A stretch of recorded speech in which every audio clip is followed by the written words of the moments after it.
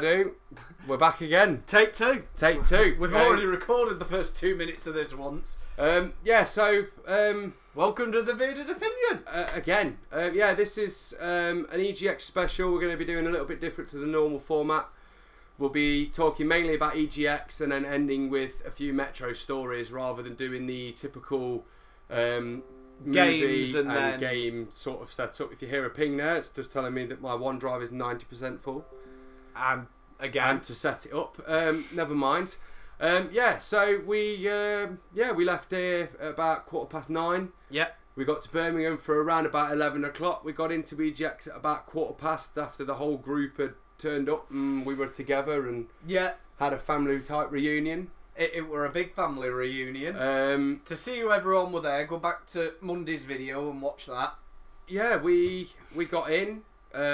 We did what we normally do when we get to these things. We just had a bit of a wander, see what. Yeah, you got to see what's initially there. See what's kicking off, what's good, what's not. We're going to be giving you a little bit of our opinions on things we've seen, if we think they look good, if they look bad.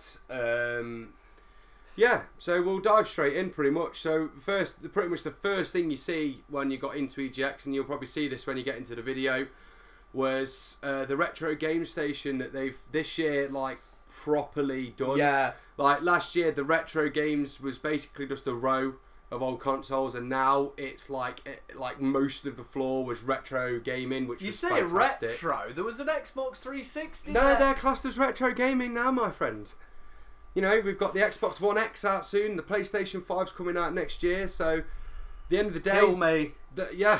But no, there was a massive retro gaming section this year, which I love. I love it when you see all the old Ataris set up. And, oh, yeah. That takes you back. And they've got, like, the original Pac-Man games, like the old arcade box versions. The noise that you can hear now is the 3 o'clock through to East Midlands. Fuck off! We're recording, you inconsiderate bastards! The joys of living next to an airport. Yeah, so the retro game station this year I was really impressed by. I think that they did really well with it this year. We then had a wander around. We came upon the PlayStation VR setup that they'd set up this year. Unfortunately, this year, due to Mr. Robinson deciding to be forgetful. By the time he did remember to book us on the VR stuff, it was fully booked. So unfortunately, we can't really divulge into what the VR was like this year. The setup of I'd assume it was much the same. Much the same. The setup of it looked a little bit better than last year. Yeah. Most definitely. But yeah, this year's EGX seemed to be... I mean, I love the layout this year. The layout was... Last year, we were all pretty much squashed into Arena Room 6... like sardine tins. Sardine tins? Yeah, literally on a pallet. Like just fucking sardines in tins within tins, basically. But this year, they seem to have organised it better. The floor plan was much better. I'll give you that. The floor plan. Walking around was much easier this year as well. So we actually got chance. Sorry, mate. I just need to shove my cock up your arse to get there. I don't know. I think there seemed to be a little bit less there this year. But by less, I don't mean game wise. I mean by merch. I think that they've sort of realised that they don't need 60 merch stations selling the same merchandise. You know what I did find there was a lot more of? The actual computer stalls. Yes, but I think that, I mean, EGX is a gaming convention for new gaming, but the idea behind EGX as well is to try and get the next generation of students and, you know, children that want to become gaming developers and design things like that, building computers. They tried to do, from what I could see, more workshops like that this year. Getting 16-year-olds thinking of 15, 16-year-olds thinking about joining universities to actually go into game development, graphic design, that sort of stuff. And I think realistically that is what EGX should be mainly about anyway, because there was definitely a lot less of the AAA games. To be fair, but like we discussed, I mean, there's not really that many AAA titles on the way out anyway. No, there isn't. But I mean, some of the big AAA titles that you've got there, that was there this year, you had Far Cry 5. Yeah. The new South Park game was stuck there as well. I don't know if you class that as a AAA rated, but it's made by AAA, isn't it? It's got some of the biggest hype going. Yeah. What else was there? There was the... Oh, Nintendo had its... Yeah, Nintendo had the... well, they had two stands. They had the Nintendo Switch stands, which had like the new Mario game and a few other bits and pieces on there. But then they also had what they were calling the Nindies, which was like the Nintendo Switch indie games. Once again, you know, really well thought out. I quite liked the look of some of the titles that they were bringing onto the Nintendo Switch. Obviously, the way that they'd set it all up was really nice to actually walk around and see it all. And then, what did Xbox have? Do you remember? I know that Xbox had. They did have their own setup. Yeah, they had their own thing. I can't. I know that they were. I think they were showcasing the Xbox One X. Right. And they were showcasing a few of the other type titles that are going to be on. To be fair, a lot of the titles that they were promoting, I don't think are actually exclusives. Right, to it. were they just like... Virgin Media, obviously, because EGX is a Virgin Media sponsored event, Virgin Media had their broadband set up with, as they did last year, but they do that to showcase Destiny 2. Yeah. Which was showcased again. They had the new COD on the Xbox. Yeah. The World War II one. Yeah. They also had a really nice setup for Shadow of Mordor 2 as well. Yeah. Some of the best orc costumes that I've seen in a long time. Some of those were brilliant. But no, I mean, all in all, I actually quite enjoyed EGX this year. I enjoyed it. I think I enjoyed it more last year. Yeah, definitely.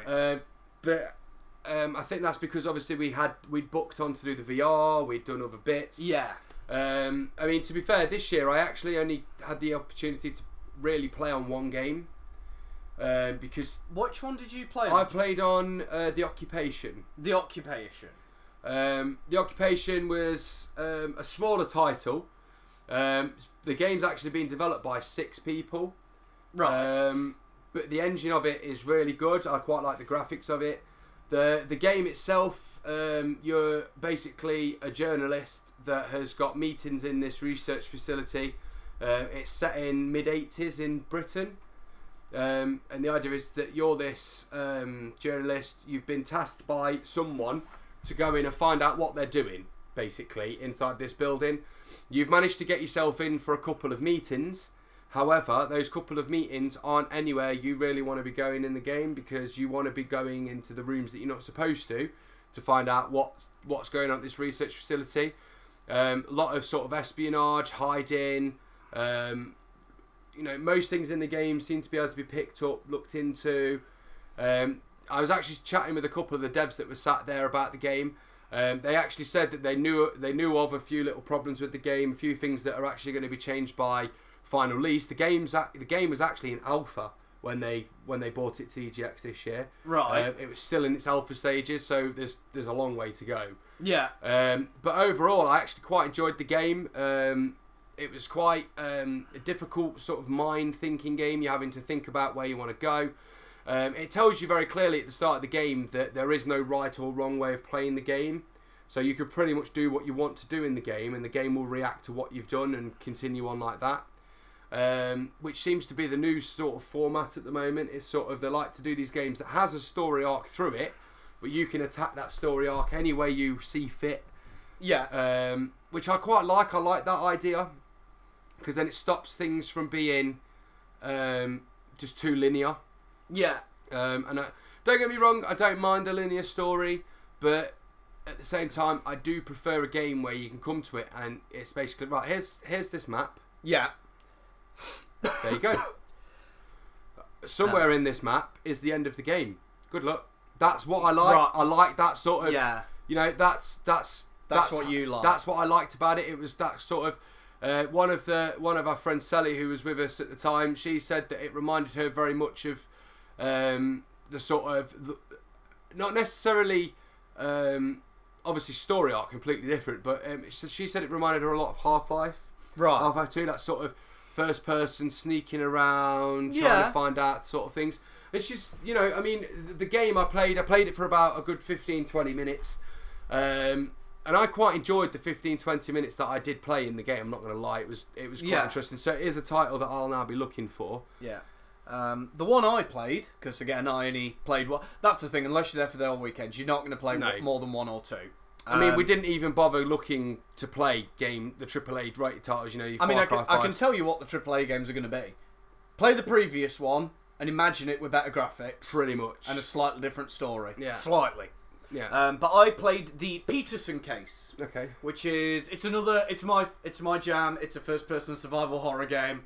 And in this, you are an investigator, a private investigator. It seems to be a private investigator. It could also be a detective. I was a bit unsure. I can't remember. And you go into this hotel, and you have to go around. You have to find the key to the next step. What? While trying to... Are we still recording? I hope so. I have no signal. Computer's still on. This is the joys of doing a recording after you're halfway through ripping a computer apart and having to rebuild it to make it work again. The mic is on. We're still recording. We've been recording. You. All we could see, guys, was darkness. Hello, darkness, my old friend.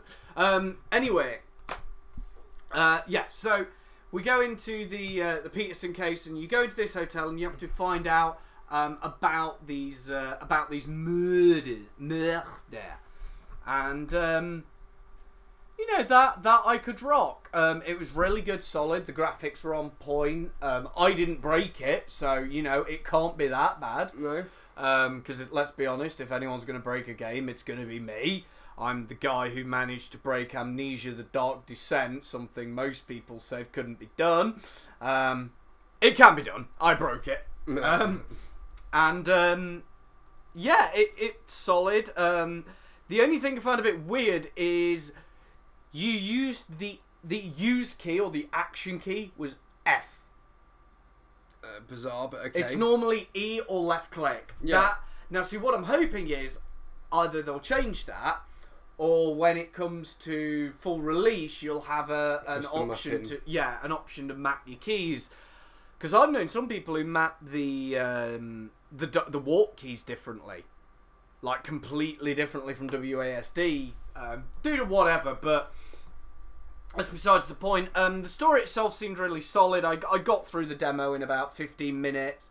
It's got your puzzles as per usual. You know, you have to find this to do this, and then do this to do this. It requires a bit of thinking outside the box, which is different. It's not just, oh, if I go here, that's going to be the answer. No, you have to look for shit. That's good. Which is something a lot of horror games now have done differently. It's normally, you know, big glowy thing, run towards it. Yeah. No, this was, there are 600 doors. Try all of them.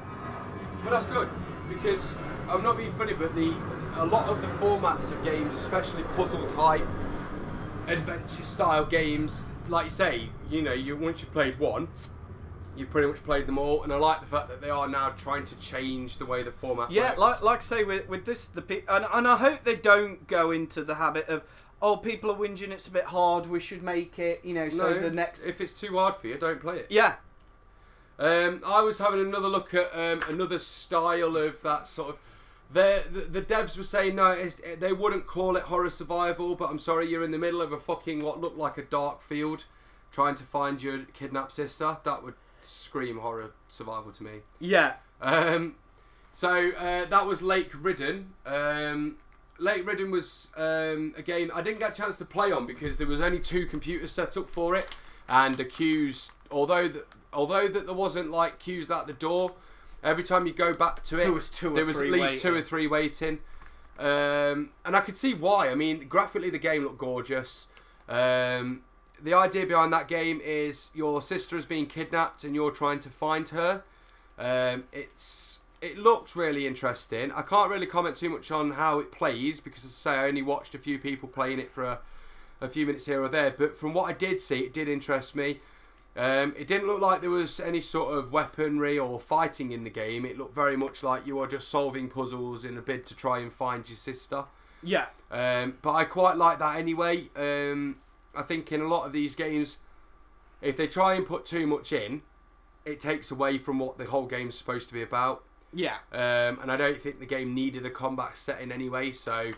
Well, I honestly find combat in those type of games a bit clunky. It can be, or it can be done. I mean, it can be done in some horror survival games really well, but I think only if the game has been developed to be a horror survival shooter. Yeah. If it's been developed to be that from the word get-go, it's going to play a lot better. Like, I mean, even if you just look at Resident Evil 7, the game itself is very much this new style of horror survival. You know, first person, running around, trying to solve puzzles. Yeah. You know, don't run into certain people, whatever else. But the fact that they still kept that Resident Evil-esque-ness with the gun that you could get, and you know, whatever else, it worked really well. And I think some games, like you say, they can sort of make that horror survival and then fuck it up by chucking in a combat engine that never needed to exist in the game anyway. I'll agree with that. Tropico also played her favourite, Dead Cells. Yeah. Showed everyone how it was done. Considering she sat down and within 5 minutes she was on a higher level than everyone else around who'd been playing for 20. Yeah. Well, that's the thing. You know, she's played the game before. She knows how to play it, and that I think is really good. You know, she knew how to play it, and she showed people what could be. Because some people were dying in 10 seconds. Because you can. Now, Dead Cells is a 2D Dark Souls. It is. It's hard. It's a hard game. You'll play the first section before. Not basically. It seems to go level boss, level boss, and currently that's where the game ends. It's in early access. They're constantly developing. So the thing is, with a 2D, the 2D style side-scrolling platformer setup that it is, there's not a lot to need to do to add. No, it's graphics. Mainly, it is like they've got the game itself down. Now it's just a case of sitting there and drawing more monsters, more background. But with the demo, like I say, currently what's out is level boss. I think that but when I say it goes level, you pick. There are ways to pick between each second time. So there's 3, 6, 9. There's 10 areas, but it's like, so you go to level 1, and then you've got 3 doors to pick from. Then from those 3, you pick one. You go to the boss. Then after the boss, you go into the next area, and then from there you pick your next 3. I think I'm not a master at this, but they had 2 levels and the boss there. They didn't have most of your upgrades or most of your amazing weapons, but they were there. And yeah, I'm glad they were there showing, you know, this is what we've got, it's what we're doing, we can rock this. But that's the whole point of EGX. I mean, don't get me wrong, like I say, this year, I did enjoy myself, but it wasn't as good as last year. No, it wasn't. There wasn't as many titles to play. They seem to have focused more on the indie games, but the retro indie games rather than new stuff. I mean, even just on sheer freebies. Yeah. There's a lot less freebies on this year. Like the freebies, pretty much included. Most games had badges, or you know, little A5 postcard type things. But last year there was games there, and they were handing out T-shirts. They were handing out. I mean, I got myself an 8 GB memory stick. Yeah, I'd say, you know. But this year there was just, I don't know, It's almost like they've become complacent. It's kind of like, they just think, well, we don't need to get the freebies now to get people here. We're well established. People will just come. But the freebies, I'm not being funny, but I'm more likely to remember a game title that I've played because while I was playing it, they gave me something for free. Yeah. I mean JCB Pioneer Mars, I played last year and it was a brilliant game. Yeah. I only remember it because I got a free T-shirt and I got some freebies off them. Go away! And it's just one of those constant reminders. I've got the memory stick I use all the time, all the time. So, but this year, I don't know, it just, all the right titles were there, but it just all lacked substance. Yeah. There was just nothing else there was Destiny 2 there, some people having a whack on that. Yeah, like I say, Destiny 2 was there because they've got a deal with Virgin Media's game. By the way, Virgin Media have obviously just released the 200 or 250 megabits line. Yeah. It's now being upgraded to 300 megabits. That's what the whole point of it was. That's why they were there. They're upgrading it again. So be prepared for your bill to go up. You know. But you get your free upgrade. Free, quote unquote. You get it for like 3 months, don't you? And then then they go, oh, we've had to add charges to your account. Oh, you've had to, have you? Yeah, you couldn't have downgraded me. Yeah, there was Destiny 2. From what I've heard from Teddy, that game's pretty solid. Like compared to the first one, the second one is pretty solid. I mean, I liked Destiny 1. I mean, I know there's a lot of people out there that say, "Oh, I don't think it was like they didn't like the game. The game was brilliant. I think it was they didn't like the way it went. No, I'm the same. I love the game, but the way that they released it and the way that it, the way that it was supposed to be done. Yeah. Are two different things. There was Dragon Ball Fighter Z, which I saw that was on the PlayStation and the Xbox. I'm disappointed. I'm disappointed after seeing Dragon Ball Xenoverse and Dragon Ball Xenoverse 2, which was it was more story based. We're back to the old Dragon Ball games with this. It's Street Fighter with Dragon Ball. Yeah. Which obviously the new FIFA was out and about playing. Yeah. Obviously people love playing those games anyway. There was apparently Lego Marvel Superheroes 2, which I'll be honest, I didn't see. No, I didn't see either. To be fair, there was like we said in the Nintendo bit, there was Mario. I mean, the way that they sometimes set these up, especially here, like the PlayStation section. There was the whole section for PlayStation games, but you couldn't just walk up to the game. You had to join the queue to get into the PlayStation section and then look at the games. Same with the Xbox section. And don't get me wrong, I understand why they do that, because it means they can control how many people are at the computers at each time, whatever else. But at the same time, I don't necessarily want to play the games, I just want to have a look at them. Yeah. And I don't want to stand in a queue all day just to have a 5-minute glance on a computer. Yeah. Just go, oh right, yeah, it does look pretty good actually, and then walk on. Yeah. So we get that's not the idea of what you're meant to do, but we don't have the time. We go for the one day, and that one day we get there for about 11, half 11. We go in, EGX is already open by this point. People have already started queuing. We don't go to EGX to play the AAA titles necessarily. We go because we want to see what is coming out, not necessarily just the AAAs, but the indie games, the smaller titles. Yeah. Because let's be fair, we all know what AAA games are. We all know that when Far Cry 5 comes out, it's going to pretty much be a copy of Far Cry 4, but it's set in America. Yeah. You know what the AAA games are going to be. You know what it's going to be about. We all know that the new South Park game, by now, there's gameplay videos on YouTube already from streamers that have already been given demos titles and stuff. There's also, you know that it's going to be a very similar setup to the first game, just with a different storyline in it.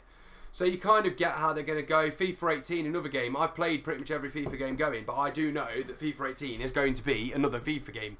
So not going to really play on it, you know what I mean? It's we don't just go for the AAAs, and I get people that do. Yeah, no, I get it. That. If you're going to spend the money to go to EGX, especially if you're going for the Thursday to Sunday, go by all means, go and queue for a AAA I mean, game. don't get me wrong. Thursday and Friday, I would queue for the AAAs because they're the days that aren't going to be as full because people are going to be at work. So I go on the Thursday. If I was there for the whole weekend, Thursday and Friday, I'd look at AAAs. Saturday and Sunday, I'd go for the indies because Saturday and Sunday is going to be more people there. So I get the AAAs out of my way and get them done. What else was there? There was Metroid Samus Returns. I assume that was in the Nintendo section as well. I didn't spot that. I didn't spot it either, to be honest. There was Middle Earth Shadow of War. I didn't see out on that. Did you? Yes, the big Shadow of War stand we walked past it like 6 times. Did we? Anthony. Okay, go on. What? So yeah, they were the reason that the orcs were there because the orc costumes belonged to Shadow of Mordor. They weren't cosplayers. They were part of. Cosplayers. No, they were part of the. They were part of the Shadow of War stand. That's why they were all walking about a lot to try and get people over there. I didn't really go and have a look because the queues for Shadow of War were once again most of the arena. From what I've seen, just from little glances as we were walking past, the game does look very good. I really love the first one, so I've got no doubt in my mind that this one will be a great game. There was Minecraft. Now, I actually noticed the Minecraft area. Yeah, and what they're doing is like some sort of tourney. It was no, it's literally they set up a bunch of survival worlds and kids can just go and play on it. But what I did notice is it was a fuck ton smaller this year, which I'm glad about. Minecraft, I do like you. You are my go-to game when I don't want to play a game. But my god, everyone knows what you are! You add new features, I get it, they're cool. In the latest update they added a new block for redstone, which is like circuitry and does really cool stuff. Don't get me wrong, I get that, but everyone knows what you are, Minecraft. I'm glad you went. I'm glad they got a smaller area this year because they didn't need it. No. I mean, to be fair, some of the areas that were massive this year, they didn't need. No. I mean, one of the main things I did notice this year was the cosplay level was right down. There was like no cosplayers. No, there was. Like there were, but you're talking out of say 10,000 people in and out of that building all day. In fact, I would say there was probably only 100, maybe 200 cosplayers, and like last year there was thousands. You couldn't move for cosplayers. You were bumping into them all the time. I just think people have decided to sort of, I don't know, cut down on the cosplay this year. Yeah. Apparently, this year, by the way, was actually EGX's 10th anniversary, and they did have the biggest attendance this year. That has been confirmed. Just not in cosplay. No, but they I expected them to get a big attendance. They've become really well established in Birmingham now. They've started doing it in Birmingham. Yeah. Yeah, there was lots of good things there. Okay, you know what I mean? A good chunk of it apparently was in the Xbox One X bit. There was Call of Duty World War II, FIFA 18, Assassin's Creed Origins, Star Wars Battlefront 2 and Far Cry 5 were all in the Xbox One X section. Which we couldn't go in because the queues were like out the room. Yeah.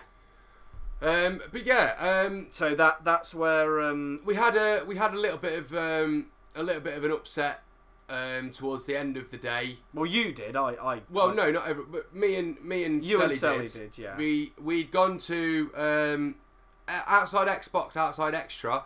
They were there for the whole weekend doing meet and greets. I'm just trying to see what. Oh yeah, there was the Overwatch tournament. Yeah, and me and Sally had decided, well, we want to meet the outside Xbox guys. They seem like really genuine, nice, down to earth type people. Apparently there was 2 Sonic games. I guess they were in the other Nintendo bit. Possibly. But when we got there, unfortunately, the guy that was organising the queues had shut the queues down.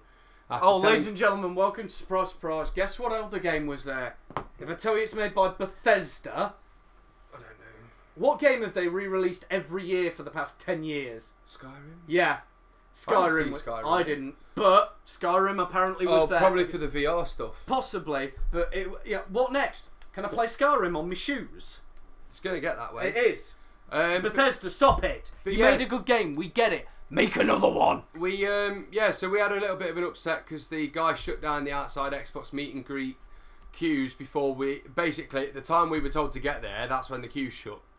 So we were a little bit upset about that, but we've actually spoken to outside Xbox, and that's going to get sorted. So we're quite happy about that. Organisation needed not just with that in general. In general, I mean, there was things that we were a little bit annoyed about as well. So we were told on Twitter that free energy drinks would be given out this year, like they did last year by Tornado, but they weren't there.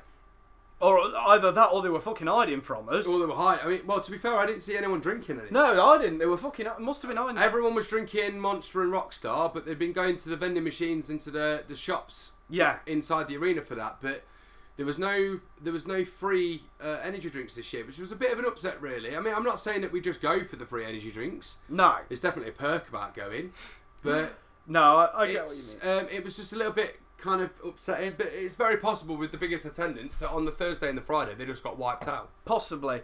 Look, here's the things that I would say to EGX themselves. When it comes to the games, not the indie games, because the indie games were all on display, you know, it's up to them how many computers they can bring and what have you, but when it comes to Xbox and PS1 and the AAA games, don't hide the AAAs behind the PlayStation doors and behind the Xbox doors. No, because everyone... Give them, even if all you're doing all day is having a little booth, sort of, 2 meters, 3 meters by 2 meters through, with a big TV and a computer hooked up showing the trailer and some gameplay, give the AAAs a little extra bit. By all means, make it so you can only play them in the Xbox and PlayStation area. Yeah, and if you want to see live gameplay, you have to go into that area. By all means. But at least give us a taste of what the AAA title is supposed to be about. Because give them a display booth. I mean, I think this year, although, because I'm going through here, right? I'm really going to read off every game that was there, right? And you tell me if you saw it or could probably guess where it was. Age of Empires. No. Ark. No. I did actually see that. ARMS. No. That was Nintendo, so I'm guessing that was in the Nintendo bit. Assassin's Creed Yes, Origins, I've seen it, yeah. and we confirmed that was also in the Xbox bit. Away, Journey to the Unexpected. Apparently that was an Xbox thing. So again, I'm guessing that was an Xbox section. Bravo Team by Sony, so I'm guessing that was in the PlayStation bit. COD World War 2, Xbox bit. Seen it, but obviously behind the big walls. Yeah, Cuphead again, Xbox. Destiny 2, yes, we did see that. Detroit Become Human again by Sony, so I'm guessing that was in the PS4 Once again, bit. didn't see it. Didn't see Dirt 4. Disneyland Adventure. No. I think I did see the booth for that. I just thought it looked a bit. Ridiculous. That's for your 3-year-olds. Final Fantasy. I'm guessing that was hidden behind PlayStation because I didn't see that. No. Dragon Ball FighterZ. I did see that. They did have their own bit. Everybody's Golf. I think Minor actually played that. Possibly. So, Far Cry 5. Seen it, but behind a big wall. FIFA 18. Seen it, but behind a big wall. And Fire Emblem Warriors, I guess again in the Nintendo bit. The thing is, guys, the Nintendo bit was so all over the shop. But the Nintendo bit was better because the Nintendo bit didn't put big walls. No, it didn't put big walls, but it was hard to spot an individual thing because it was like it was a bit dotted. over there, a bit. But the way they did it, they done it like when you go to a computer game shop.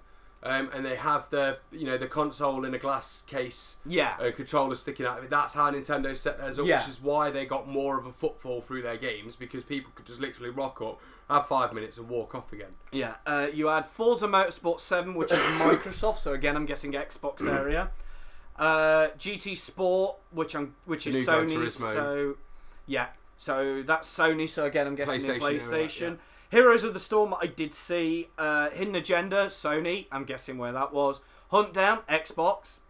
Knack 2, Sony. Knowledge is Power, Sony. Lego Marvel Superheroes 2, did you... No, I didn't see that. It's Warner Bros. Game, so it'll probably be on both consoles. Yeah. Lightseekers Awakening. Didn't see that. I don't recall that. A bunch of Mario games, which... We did see.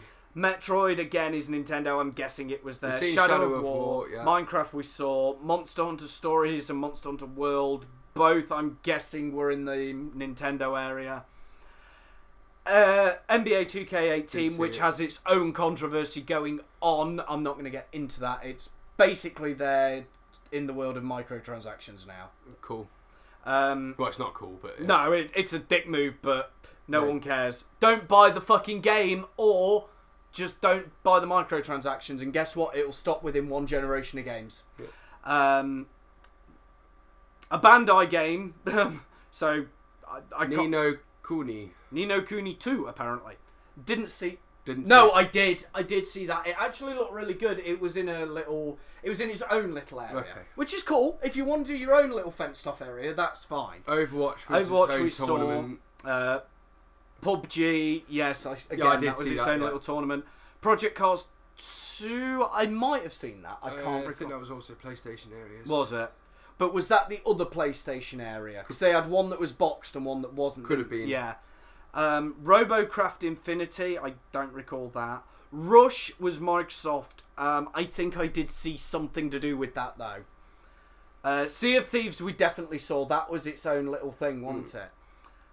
Sonic, which I'm guessing were in the Nintendo bit. South Park had its own PlayStation. Yeah. Splatoon 2, again guessing in Nintendo. Battlefront 2, I'm guessing behind PlayStation's wall.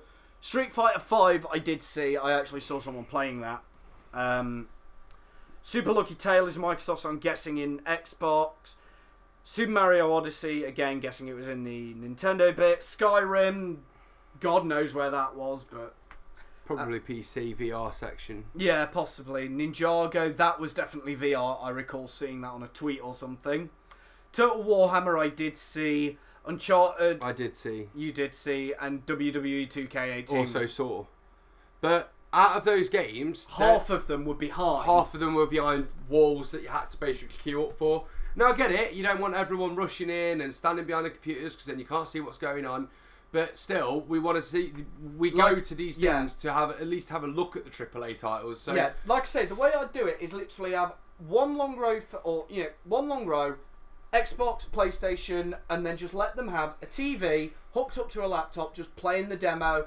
They can answer like 2 questions, and then they're not going to have a problem saying, yeah, sorry guys, you know, loads of other people got to get on and move to the next person. Oh, so what's this game about? Well, you do this, this, this, and this. It's just something to give you a taste, because, yeah, like I say, when you are going for the one day like we do, at the end of the day, you don't have time to stand in a queue all day, because if you do, that's your day gone.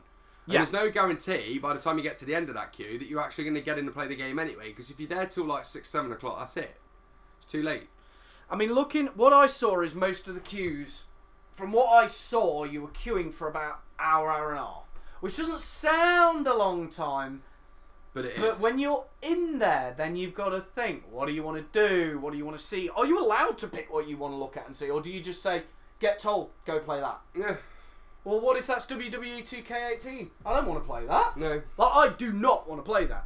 Like I say, best thing in my opinion, give them a booth with a laptop and a screen and just let everyone... Because all you'll get is just a queue of people going, look, walking down and looking to one side.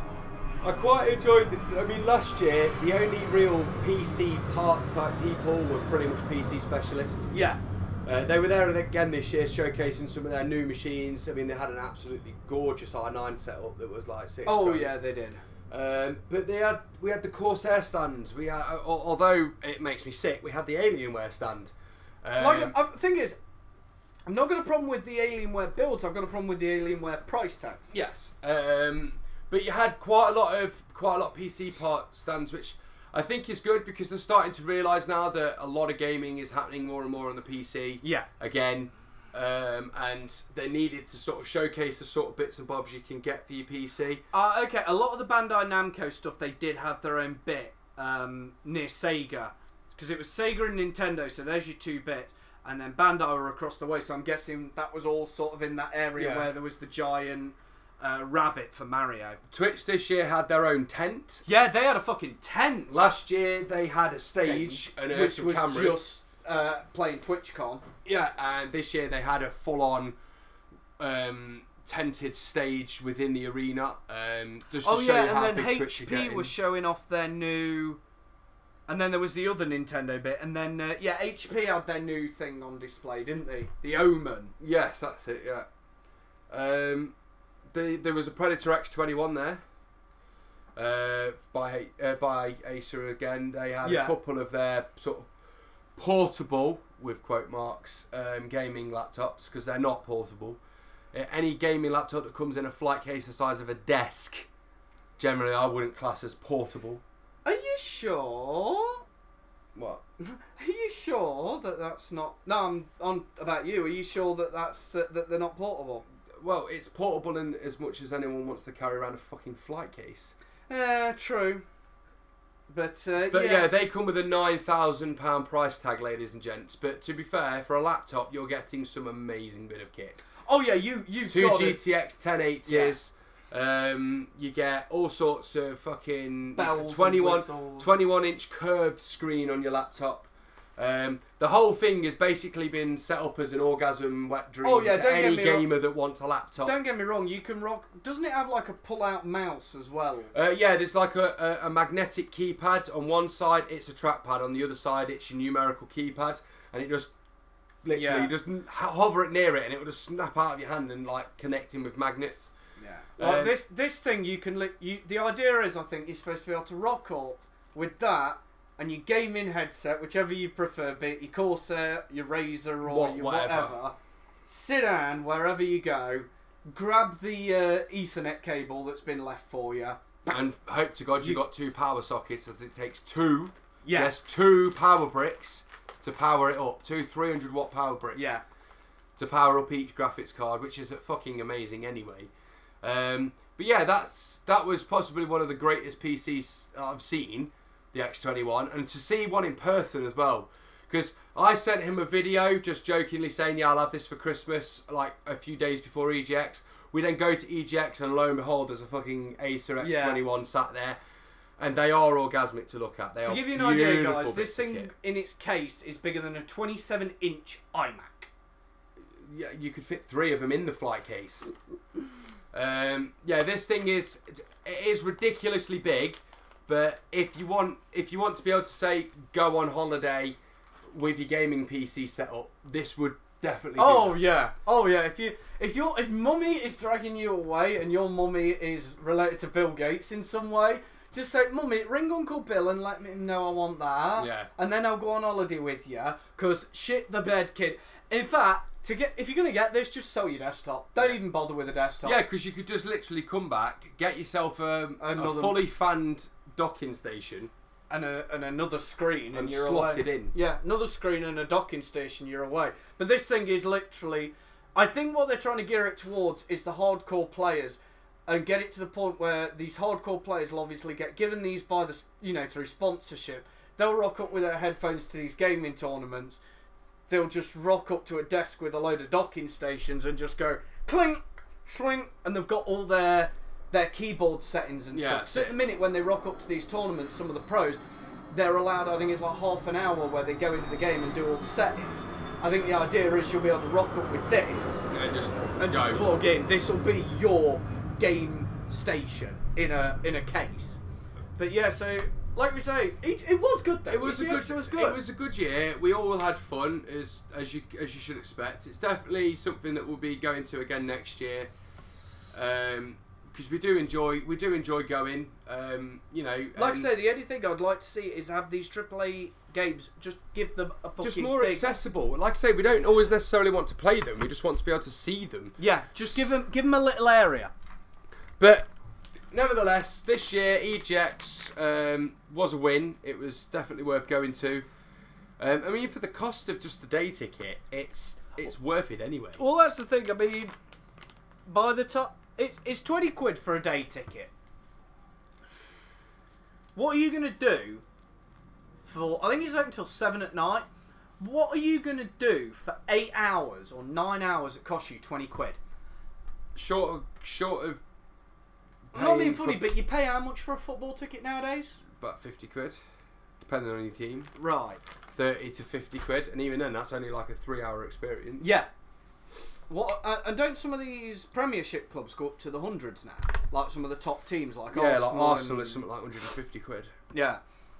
But yeah, and you're willing to pay that and then spend 3 hours sat in the cold? I'm not. But as with anything, I mean, I don't go to EGX with any money, and I do this on purpose. 9 times out of 10, and it's because I know if I did go with money, I would buy shit. And by buying shit, what I mean is I would buy Deadpool masks. He'd come home with Deadpool masks, 20 different T-shirts, 3 different hoodies. And I wouldn't use it necessarily. It'd just be because, oh, I like that, so I'll buy that sort of thing. You don't wear T-shirts other than the days you have off, really, do you? Because you're normally just in your work. I normally live in my uniform, yeah. Except on your days off. Yeah. So you arguably need what, 2 T-shirts max? Like if you wanted to do it thriftily, you could have 2 T-shirts in your work uniform, couldn't you? Realistically. Yeah, pretty much. So I mean, I just don't. He doesn't need, but he would. He'd come home with 7 different T-shirts. But I will say this: the quality of the merchandise. Oh, this it's year, there. No, last year, a lot of the merchandise, you've seen one stall, that was all 60 stalls. They were all the same. They all sold the same stuff, pretty much all at the same price. Yeah, boring. This year, the merch stalls didn't really seem to sell a lot of the same stuff. Like, you had a huge T-shirt stall, and all they sold was T-shirts and hoodies and bags. But then, if you found another T-shirt stall, it'd be completely different T-shirts. Yeah. And the merchandise this year, I would say, was of much higher standard and quality. You guys bought a couple of the mystery boxes. Yeah, the mystery boxes actually were a downgrade from last year, because last year they were, but weren't they done by a different provider this year? Yeah, last year's one they were all different. Yeah, this year it seems to be a lot of the same merch. Every box had different stuff in it, not massively, but they all had some different things in them. This year it was. We bought 2 boxes, and pretty much apart from the colour of the hat, yeah, they were pretty much the same. And the colour of the wristband. They were pretty much the same box. They were the same box. But like last year, you could win a PS4 or an Xbox One in one of them, which I'm guessing due to weight. That's what I'm saying. They just put the ticket in. They've sort of downsized the amount of merch, but then they've not really thought about some of the suppliers that were providing that merch's quality, if you like. But overall, EGX as a whole was a good experience. One that we are going to be repeating again next year. Yeah. Yeah. Next year, I might try and see if I can get a little portable recorder, and see if we can get anything from any of the game devs, more the indie ones than like Microsoft or Sony or Nintendo. Well, like but I say, if we can get ourselves like 500,000 subscribers, that's a hint, guys. Yeah, share to your friends. Then next year we may be able to get a press pass, and then we'll actually be able to play on every game, because the press are arseholes in this. Yeah, they were actually the press this year. They need to sort the fuck out, because they were just barging through. Yeah, basically every single game setup had one computer that was set up mainly for press use, and they were the press knew it, and they were barging through. They were literally jumping to fronts of queues, going, right, I'm press, where's my computer?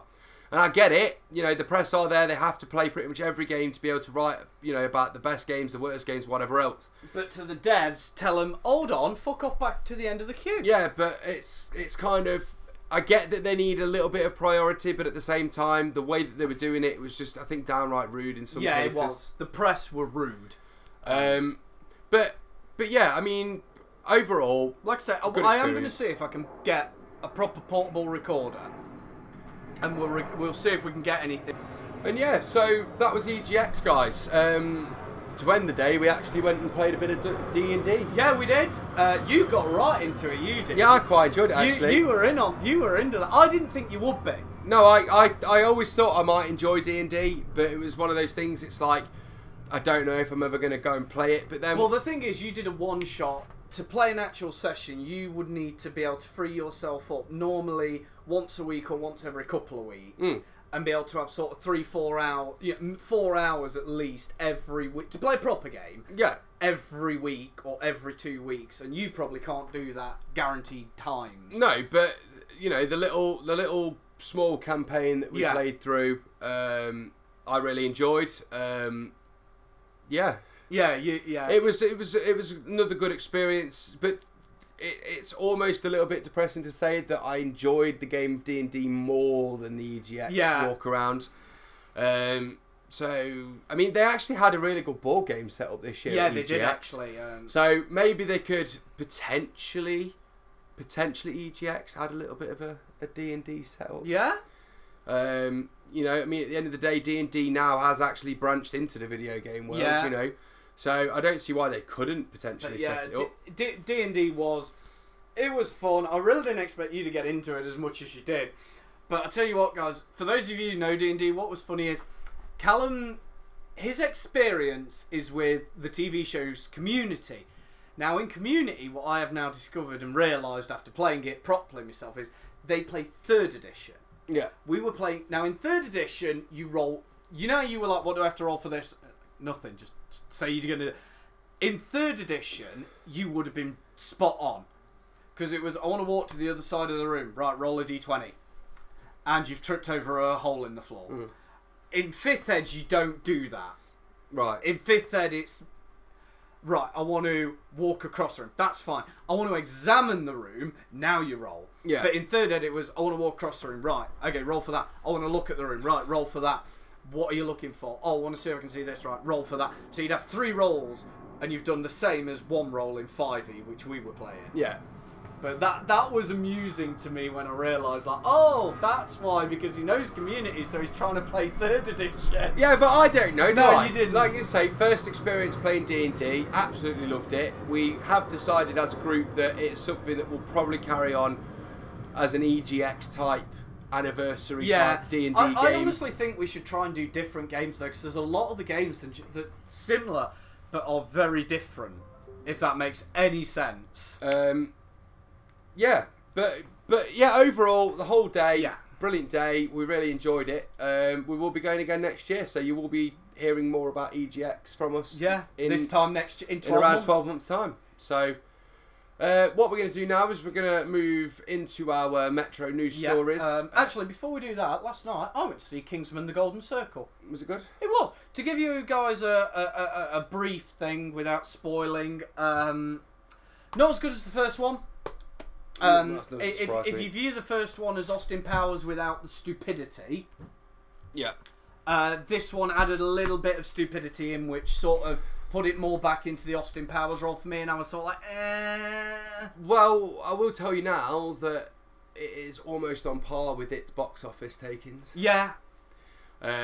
People are... I mean, it seems now that every big reboot sequel seems to be beating each other in the box office now, so it's sort of showing to me that these people that keep going on and on and on about how piracy is killing cinemas, I don't think that's true. I disagree with that. Also, for those of you who are moaning that every other movie coming out is either a reboot, a sequel, or a comic book, looking at the trailers I've seen, because I also went to recently see the new It, which is really good as well. Yeah. If you've seen the original, by the way, guys, just one little thing. It's as long as the original, but you know the original was two halves. There was the kid half and the adult half. This new one is just the kid half. Okay. So it looks like they're bringing out the adult half much later, in a year or two. Again, really good though. Did you notice how they did the release for it? It is exactly 30 years after the first, which is right because it only comes every 30 years. So I kind of like that little. But yeah, so there's that. But yeah, so seeing both of them, there looks to be a lot of original movies coming out. That's good. They may be based off books or something, but they're not reboots, sequels, blah de blah de blah. Right, so now we'll go on to the Metro. So we're going to get into the Metro now. And the first story is about a teenager who was bitten by a spider in her bedroom, and she now has a 2 centimetre deep hole in her leg. For those of you on the other side, that's nearly an inch. Just less than an inch. It's really deep. I would say it looks to be more than 2 centimetres across. Yeah, I'd say that's a good 1.5 inches. It looks fucking disgusting. Sorry, love. Yeah. But she's already had to be in there to have her dressings changed a couple of times within a week or so. There is a major infection in there now as well. But this is... I only really wanted to talk about this because this is just to show you that there is good reason for a lot of people to be worried about spiders. Oh, not worried, wary. Wary. The reason is yes, at the end of the day, 9 times out of 10, especially in this country, you're not going to find a spider that's going to kill you. Not many. I think there's one. The false widow is the one that they reckon is the killer of Spider of Britain.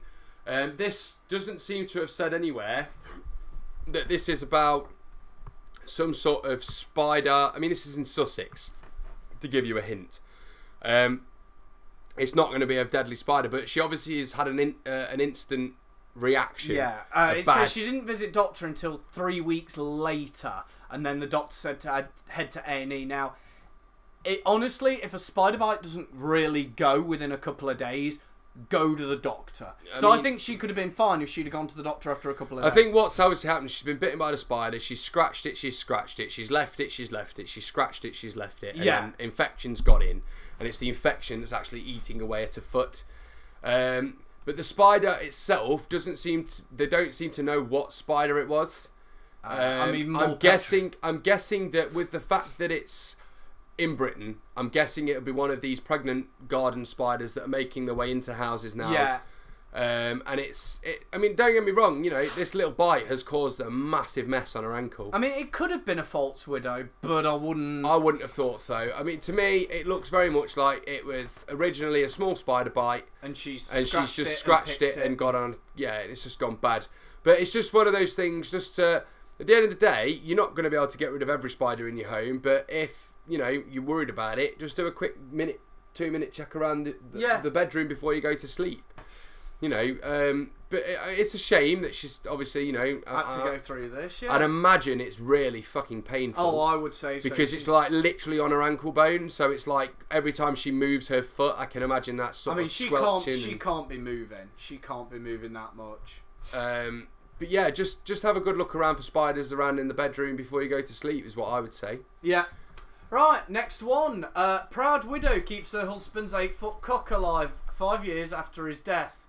And we're not talking about a real 8-foot cock. We're talking about a hedgerow. That her husband, who died 5 years ago, he died in 2012. he basically looked after this bush and turned it into a cockerel.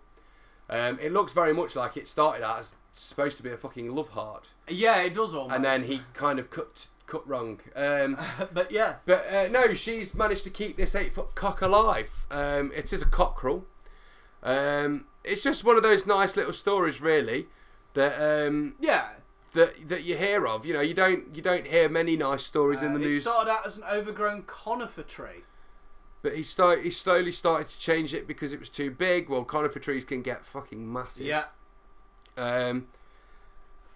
He was a farmer's son, apparently, and he always grew up around the birds, and that's why he decided to go for a cockerel. I still think it was supposed to be a love heart that went wrong. Yeah. But no, it's just one of those nice little stories. Not going to spend too much time on it. Just wanted to tell you that a granny's looking after an 8-foot cock.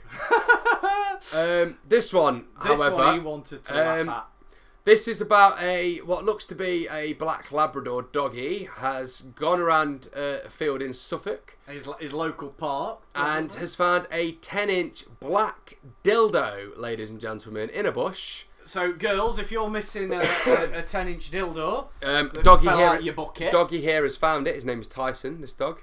Please call 1-800-TYSON to get it back. Yeah, I mean, I don't understand why there's a 10-foot fucking black dildo in a field. Obviously, someone couldn't keep it in the pants. Quite literally. Yeah. Yeah, I mean, the owner apparently saw his dog. Quite embarrassed because it took him several minutes to wrestle it off his dog. Yeah, he's chasing the dog around, calling for it. Tyson! Bring back that dildo. As I said, that dildo is still there in that ditch. I've no doubt we'll go there again and find it. So basically, he's left the dildo in the bush. He's taken it off the dog and thrown it. It's a little. So bit... if you want it back, love, although I find this story hilarious, I don't understand how a 10-inch dildo ends up in a park. Honestly, what I think is someone bought it from a sex shop as a bit of fun, and they started whacking each other with it, and then it's gotten discarded. I don't think some couple have been there and she's been and they've just left it. Jonathan said, I was laughing so much and nearly wet myself. That's Jonathan is the dog's owner. I was just walking my dog and he began rummaging around in the bushes. Then he came out with it. He turned his head, started wagging his tail as if saying, look what I've got. At first I just thought it was a dirty old stick, but it was just wobbling around in his mouth, and I was like, no, it definitely isn't, is it? He said that he really wished he'd taken a video after he chased him around, but he didn't really think about it at the time. That's the thing. Nah, yeah. That's what does get me with these viral things. It's like, what in your brain says, I know, I'll get my camera? And then they managed to film it. Well, I suppose some people must just be filming constantly. Yeah. But yeah, just another little sort of comedy type story. You know, finds a 10-inch cock in the middle of a bush. Now we're going to move into some nastier stories to end the podcast today. Speaking of Amazon, look, there they are, look. Yeah, so this is to do with a couple that are cannibals. Cannibal couple, ate 30 people and served a victim's head on a platter of oranges. He looks like a dodgy cunt, to be fair. He fucking does, doesn't he? If you saw that coming up behind you in a dark alleyway, you'd get your keys between your knuckles. This man is named Dmitry Baksheev. He is a Russian fellow from southern Russia. Basically, the images that were issued to prosecutors and by prosecutors were so gruesome they're not actually allowed to publish them. Yeah. Basically, another shows a suspect with someone's severed hand in his mouth. A third picture shows body parts inside of a jar where they're being preserved in some kind of liquid. My guess, some sort of formaldehyde type alcohol. Dimitri's 35. He told police he started eating humans in 1999. The year the head was... The head on the platter picture was taken. Natalia Baksheev is his wife. She has also been arrested after the discovery of the evidence at their home in Krasnodar. I'm not being funny. You know if your husband's a cannibal. 7 packs of frozen body parts were found, while some meat, they've put in quotates, was discovered preserved in jars. Some 19 remains of human skin were also discovered, which had been removed from dead people. A bucket and a bag containing body parts has been found along with a bag containing one of the alleged victim's possessions. So one of the victims they believe to be this woman. They've not named her, I believe, or have they? No. No, they've not named the lady in the picture. But I'm guessing she is a Russian lady. But it's just so bizarre that this day and age. Hold on, a worker said each time we tried to enter their room, they started wild shouting and cry, and told her is a scandalous woman, aggressive, so we did not risk it. So it looks like this pair were in some form of. The pair are said to have used drugs, not have people complain that they could smell it from outside their room in a hostel at a military academy, according to neighbours. So wherever they were living, these neighbours could smell it. I just don't get why this day and age this sort of stuff is still happening. I get it in like the small tribes in these like yeah, deep I get jungles. it in that sort of respect. But I mean, I just assume that what goes through these people's heads is the fact that it's that sort of we know we're not supposed to do it, but we'll do it anyway. It's got to be that dirty, dark desires. Like, you know, some people buy whips and chains and handcuffs. These pair eat people. These pair eat people, yeah. Yeah, it's the same thing. But they obviously didn't just eat people, because it said they ate at least 30 people over an 18-year period. Now I'm not a butcher, but I wouldn't have thought that 30 people would keep you fed for over 18 years. Oh no, they must have eaten normal food things as well. But this is just the thing that's just to let you know that these sort of cannibals don't just exist within these, you know, Papua New Guinea type tribes that haven't been discovered. These people could potentially be living next door to you. So if you smell a dodgy smell coming from your neighbour's freezer, get police a ring just in case. Don't say you think he's a fucking cannibal, but just ring him and say there's an odd smell coming from my neighbours. I'm a bit worried about it. Would you check it out? It's just a bit, I don't get it. I mean, food in countries like Russia and most of Western Europe is so abundant now that cannibalism shouldn't really need to happen. No. So the only thing I can think of wasn't necessarily about a lack of food. It was more about that sort of a want to have the forbidden fruits. Yeah. Basically. But yeah, doesn't human meat drive you mental as well? If you they reckon so that the tannins and the acids within the human meat can cause brain defects and make you go a little bit cuckoo. I thought they believe that's what I think they've done studies on cannibalism using tribes from like the Papua New Guinea. And I'm guessing people like him as well. And they have seen that there is this sort of correlation between cannibalism and then developing mental health issues. But yeah, so yeah, just always be careful about cannibals. Last one. This is about a Bad Attitude Airways hostess. So basically, British Airways hostess posted a racist video about Nigerian passengers asking for fucking upgrades, in her own words. She's under investigation. She's made racist comments apparently. Now I've not watched the video. No. I'm just now going to quickly try and scan read through this upside. The upside is I'm going to Nigeria and there's going to be bear something. Begins with a B in 3 letters. I'm joking. So all of you are getting ready for Friday night game. I'm getting ready to go away. Put on a yellow life jacket, point out the exits, hand out chicken or beef. So for a night is that for me. The upside is I'm going to Nigeria and there's going to be bear bit. I'm joking. All the Nigerians going to be like, give me Coca-Cola, give me beef. Why you have no beef left? I want beef. And I'm just going to be like, sorry sir, we ran out of beef. All the Nigerians are going to be asking for fucking upgrades because they haven't got enough leg room because their balls are in the way. Big dicks like this swinging from side to side. The footage circulated among shot cameras, reported it to the airline. She's an aspiring actress. Well, fuck off, love. I'm not watching any of your shit. She describes herself as a princess on her Plenty of Fish dating profile. This is what I like. Oh, shit, the journalists at the Metro really dive into deep secrets when there's a people. story like this, they die. Today, the airline said we expect the utmost professionalism from our staff when they are representing British Airways. We are investigating the video. A friend of Miss Wickenden has defended the flight attendant's video, telling the site she's not racist. It was a joke between two friends. It wasn't meant to be racist.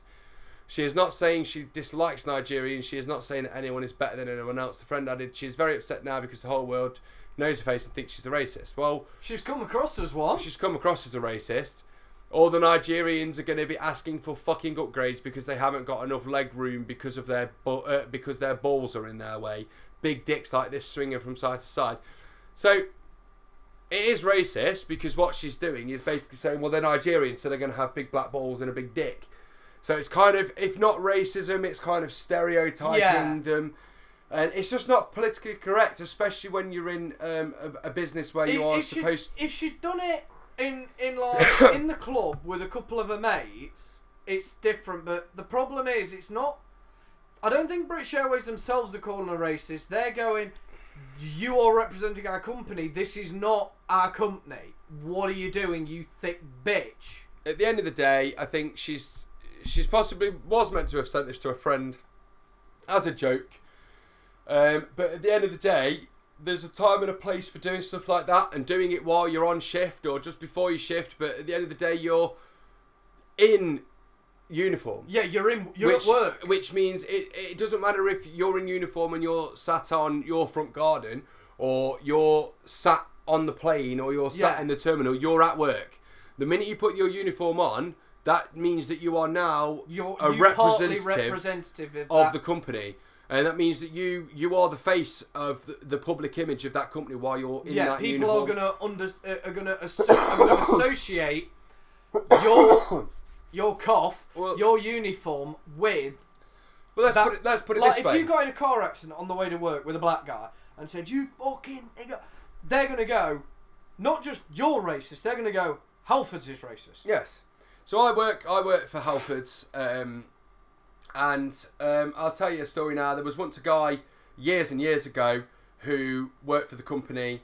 He then went off on his lunch break in his uniform, stole a block of cheese. That's not a euphemism. That is, he literally went into a supermarket, stole a block of cheese. By the time he got back to work, he was fired. Literally fired. And that's because although he didn't steal from Halfords, he stole from another company in his uniform. Yeah, it was representing and that's what I'm trying to say. Company. This is why people are actually getting fired through Facebook, because they're posting on Facebook, oh, my company is shit, I'm so bored at work.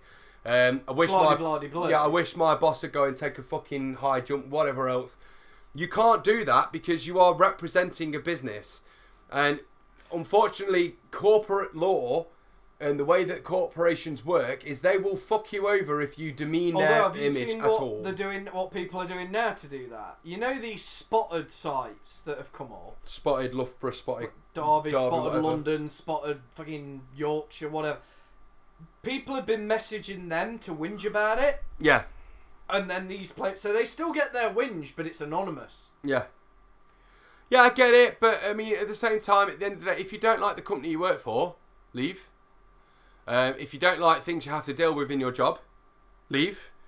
No one's forcing you to be there at the end of the day. Or grow a pair at the end of the day. Man up, get on live with it. I think for another job. I think that, yes, Miss Wickenden, you may not have meant to be perceived as racist, but the things that you have said are racist in a roundabout way. It's not directly like you've turned around and said, oh, these black N-word, this, that, the other. No, I get that, but what you have said is you've basically stereotyped a group of people, which is not right at the end of the day. It'd be like me saying that all thin, tanned, blonde-haired women are stooping post-racist shit. Or that all air hostesses have to be young, attractive ladies with a bum and tits. Yeah. They're not. You know, there's a fair few men who'd... There's a lot that it's not necessarily racism. It's being politically incorrect. Yeah. But because, you know, race is such a big issue right now that any negative comments or anything that can be perceived as a negative comment will be shown as racist. Yeah.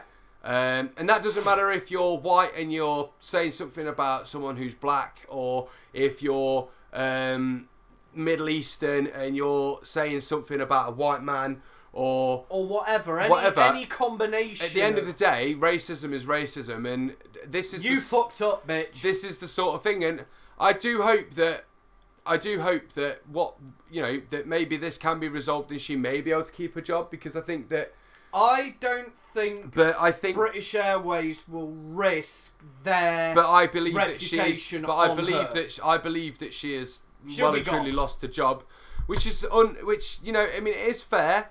It would be nice to see, you know, maybe a little bit of leniency show, because her friend is absolutely right. She wasn't being directly racist. Yeah. I think the thing is, what they'll do is BA will just go with, we're going to fire her, we're not going to file any charge. Because they could fire charge. Oh, file easily. charge. But I think they'll go with, look, we're going to get rid of you, we're going to give you your severance pay, but we're not going to take you to court over all this, because we could and we would win. Yeah. I think that's how it's going to be dealt with, personally. But basically, Miss Wickenden, unfortunately, you are the weakest link. Goodbye. Goodbye, mud sticks, and you will now forever be known as a racist, I'm afraid.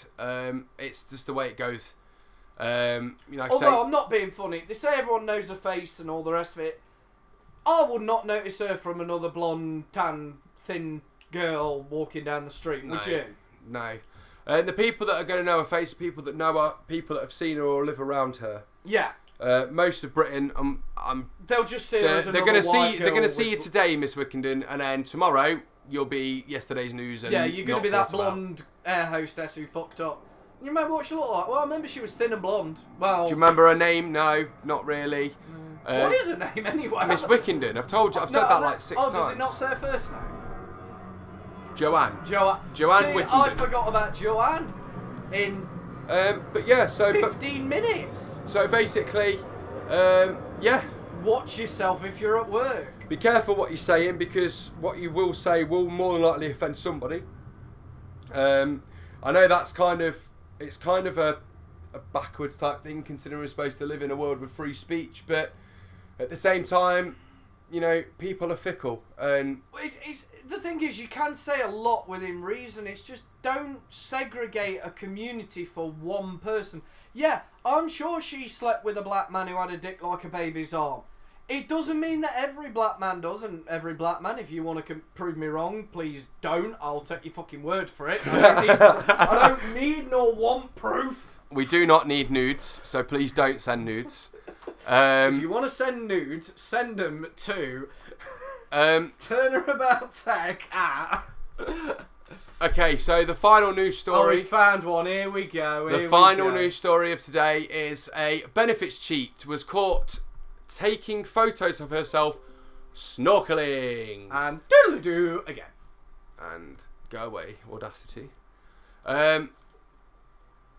So Linda Hoy, or Hoey, or Linda Ho. Linda Ho, 58, wrongly claimed £65,000 in disability benefits and used a Motability vehicle to avoid £15,500 in M6 toll fees. She's managed to deceive the authorities for 15 years before her barefaced lies unravelled, and it transpired that she had been in paid employment since 1997. You're fucked. Hoy from Amrington in Tamworth has also been given an 18-month jail sentence, suspended for 2 years. She has been given a 6 months electronic curfew, so she's tagged now as well. Yeah. She claimed she could barely walk. She suffered from such bad back pain that she had to walk backwards down the stairs and use furniture for support. The judge, medical evidence given in court did show that Hoey had what the judge called a degree of disability, but she had greatly exaggerated it to make the claims while remaining in work. Her 15 years of dishonesty was uncovered by photos of her snorkeling on holiday. Well done, you.